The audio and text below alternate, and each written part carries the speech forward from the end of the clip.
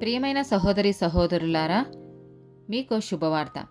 2025 సంవత్సరంలో మొత్తం 365 అంశాలను మీతో పంచుకోబోతున్నాము. జనవరి 1వ తేదీ నుండి ప్రతిరోజు ఒక అంశము మరియు దానికి సంబంధించిన వాక్యమును పంచుకుంటాము. దయచేసి ఆ వాక్యములను వినండి, ధ్యానించండి మరియు ఆశీర్వదించబడండి.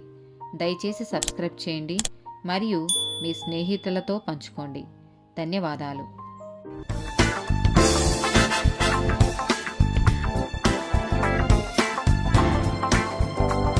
21st డే టాపిక్ ఊహలు, అజంప్షన్. ఆదికాండము 20వ అధ్యాయము 11వ వచనం. అబ్రహాము ఈ స్థలమందు దేవుని భయము ఏమాత్రమునూ లేదు కనుక నా భార్య నిమిత్తము నన్ను చంపుదురనుకొని చేసితిని. యెహోషువ గ్రంథము 22వ అధ్యాయము 31వ వచనం. అప్పుడు యాజకుడైన ఎలియాజరు కుమారుడగు ఫినెహాసు రూబేయునిలతోనూ గాదీయులతోనూ మనష్షీయులతోనూ మీరు యెహోవాకు విరోధముగా ఈ ద్రోహము చేయలేదు గనుక యెహోవా మన మధ్యనున్నాడని నేడు ఎరుగుదుము. ఇప్పుడు మీరు యెహోవా చేతిలో నుండి ఇశ్రాయేలీయులను విడిపించి ఉన్నారని చెప్పెను. యోహాను సువార్త 3వ అధ్యాయము 1-2 వచనాలు. యూదుల అధికారి అయిన నికోదేమను పరిసయ్యుడొకడుండెను.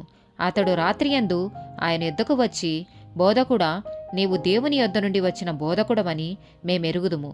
దేవుడు అతనికి తోడై ఉంటేనే గాని నీవు చేయుచున్న సూచక క్రియలను ఎవడనూ చేయలేడని ఆయనతో చెప్పెను.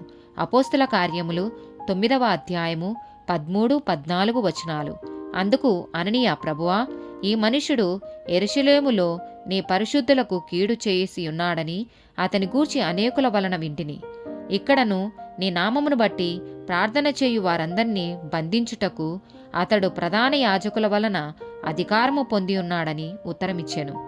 ఆమేన్.